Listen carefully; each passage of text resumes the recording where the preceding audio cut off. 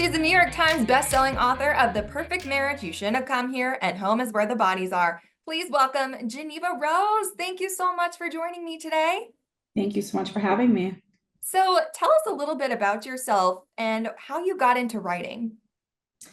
So I have been a writer all of my life, but I didn't really start taking it seriously. Like I want to write a book and actually finish it until 2016. My first book was published in 2020, and since then I have published 9 novels, and they've been translated into 28 languages and optioned for film and television. So that was my dream career, and somehow I have it. You're living the dream. It's amazing. So let's go back to The Perfect Marriage. That was the first book in 2020. That was the first one that was published. It was the second book I wrote. Second book you wrote. So what inspired that one? For that one, I came up with the idea back when I was writing screenplays for fun with my brother. And this was like a decade before I even wrote the idea for The Perfect Marriage. So I came up with it as a script. And I don't have like an interesting story for how I came up with it. It literally popped fully formed in my head, that hook of a wife defends her husband when he's accused of murdering his mistress. And so it's no interesting story. It popped in there. I didn't write it for a decade later. And it was when I wanted to write a thriller, since my first book that I wrote was speculative fiction. And that was my favorite genre to read. So that's why I decided to write that one. Full disclosure, I just finished it yesterday. I listened to the audiobook. Mind blowing. I loved it. Thank you. So let's talk about the upcoming special collector's edition. What is so special about this? Oh, I have it right here. What's Oh so my special? gosh, it's beautiful. Thank you. And it's got bloody sprayed edges. Oh my gosh. Hold on. Let's see those sprayed edges again. Oh, Mhm. that's amazing. So what's so special about this was this book originally published with a small digital publisher out of the UK. It did not really go through an editorial process. So when I got the rights returned to me and I was able to, offer it to a different publisher, I knew I wanted to go in and revamp it fully in the inside. And then I was also hoping that they would revamp it fully on the outside. So it has those sprayed edges. It has really cool end papers. It has the case wrap from the, I love the bloody handprint. and it also has a bonus chapter that I wrote with courtroom illustrations. And it has the first 3 chapters of the sequel, The Perfect Divorce. So I just really wanted to have this go through a full editorial process. I have grown so much as a writer since I wrote this back in 2017. So to be able to go through it and just completely upgrade the whole thing inside and out that's what I wanted to do for my readers. And that's why it's so special to me, since I got a second chance at kind of doing it over. It's definitely special. I mean, it's a work of art. It is. So you talked about the sequel. Let's talk a little bit about that and how it's connected to The Perfect Marriage.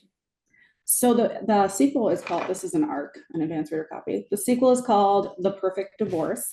And I don't want to say a lot because, I think it can be read as a standalone because it does catch the reader up if they did not read The Perfect Marriage.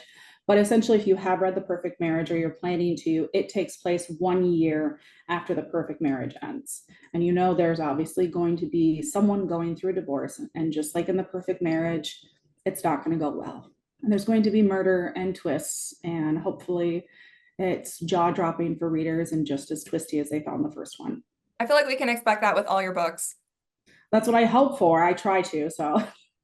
I love it. Okay, last question. Who is Scott? Scott is a disgruntled reader who emailed me 6 times to tell me how much he hated my book. He told me to stay out of literature. He told me to write a better book.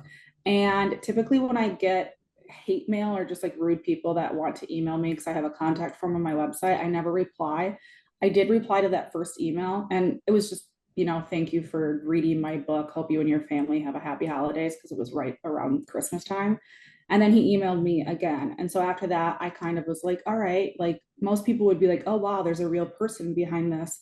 Maybe I shouldn't be nasty. Scott decided to double down and continue to email me. So I decided that he was going to be reduced to content. And I filmed a series of videos that I eventually coined the Scott Saga. And it was basically me replying to his emails via video and reading them and responding to them. And then he would email me again because he did find out that about my social media. And basically, so that's the Scott lore. And Readers got really into him. Booksellers did. We're at Barnes and Noble and independent bookstores. They were putting little placards and signs next to my books saying, don't listen to Scott, or Scott was wrong, which was a lot of fun. So it just kind of blew up into something bigger. When I go on tour, there are readers that show up with anti-Scott merch, which is really funny. And I found out recently, I got an update on Scott where someone that really knows him in real life said that he was running for a political position. And so they wrote my name in. And what's really funny is I found out I was gonna actually go against him because he was unopposed, but then my husband informed me if I won, I would have to move to that state and become their town justice. And I didn't know what that meant, and I didn't want to move to that state. So I did not do a campaign against him, but I got at least one vote. That is amazing. Scott I was wanted obviously wrong.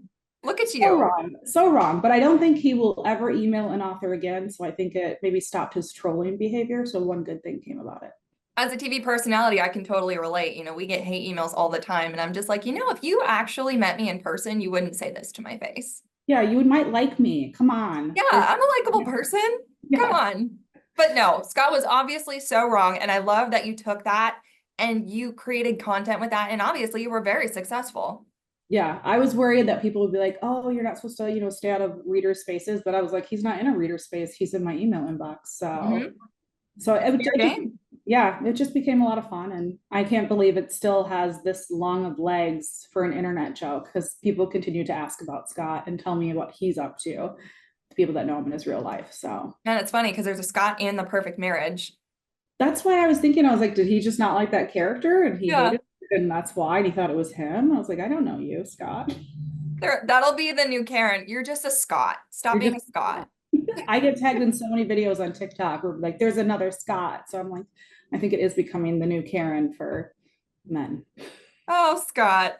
Poor Scott. guy. You know what? He's probably learned his lesson. Revenge is sweet. It is. It very much is. Well, Geneva, where can people find all your books? They can find them wherever books are sold. I'm in Target and Walmart, on Amazon, Barnes and Noble, independent bookstores, Books A Million, Hudson Airport. So you can find them anywhere. Otherwise, to stay up to date with anything with me, you can follow me on social media, Geneva Rose Author, or visit my website, genevarose.com. And when does a special edition come out? It releases November 26th, so you can find it online or in stores then. Definitely go get that. It is a great book. I have read it, so I can personally vet that it is an amazing read. Geneva, thank you so much. Thank you so much. Thank you for having me, and I'm glad you enjoyed it.